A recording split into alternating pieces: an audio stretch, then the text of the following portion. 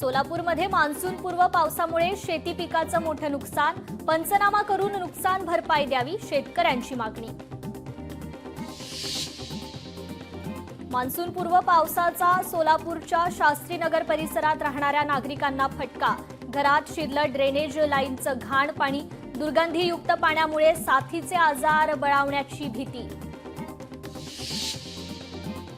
अकोल्यात बुधवारी 24 तास मुसळधार पाऊस, मे महिन्यात 24 तासात सर्वाधिक पावसाची नोंद।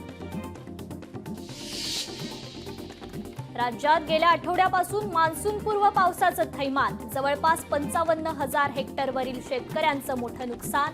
मात्र सरकार याविषयी असंवेदनशील असल्याचा आरोप विरोधी पक्षनेते अंबादास दानवे यांनी केलाय। हिंगोली जिल्ह्यात गेल्या 2 दिवसांपासून जोरदार पाऊस, आंबा उत्पादकांना फटका, वादळी वाऱ्यामुळे आंबा पिकाचं नुकसान। साताऱ्याच्या चिंचणेर वंदनमध्ये ढगफुटी सदृश्य पाऊस, पावसामुळे बाजारातील वाहने वाहून गेली, जेसीबीच्या सहाय्याने सर्व गाड्या बाहेर काढल्या। छत्रपती संभाजीनगरमध्ये 6 तासात 39 मिलीमीटर पाऊस, पावसाच्या तडाख्यामुळे अनेक भागात वीज पुरवठा खंडित। चंद्रपूरमध्ये सलग दुसऱ्या दिवशी पाऊस सुरूच, कोरपना तालुक्यात वादळी वाऱ्यासह मुसळधार पाऊस, वातावरणात गारवा, नागरिकांना मात्र दिलासा। बीडच्या आष्टी तालुक्यात मुसळधार पावसामुळे शेतीचं मोठं नुकसान, खरीप पेरणीपूर्वीच झालेल्या पावसामुळे शेतांना तळ्याचं स्वरूप। पैठणमध्ये वादळी वाऱ्यासह पावसामुळे शेती पिकाचं मोठं नुकसान, कांद्याचं बियाणे पूर्णपणे वाया गेल्याने शेतकरी आर्थिक संकटात।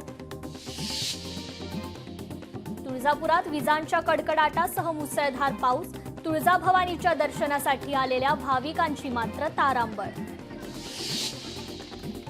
नंदुरबारमध्ये मान्सूनपूर्व पावसामुळे तीळ उत्पादक शेतकरी चिंतेत, 7 एकरवरील तीळ खराब, पिकावर किड्यांचा प्रादुर्भाव झाल्याने शेतकऱ्यांचं लाखोंचं नुकसान। धाराशिव जिल्ह्यात 5 ते 6 दिवसांपासून मुसळधार पाऊस, रात्रभर झालेल्या पावसामुळे अनेक ठिकाणी वीज पुरवठा खंडित। लोकशाही मराठी, ऐका, पहा, जागरूक रहा।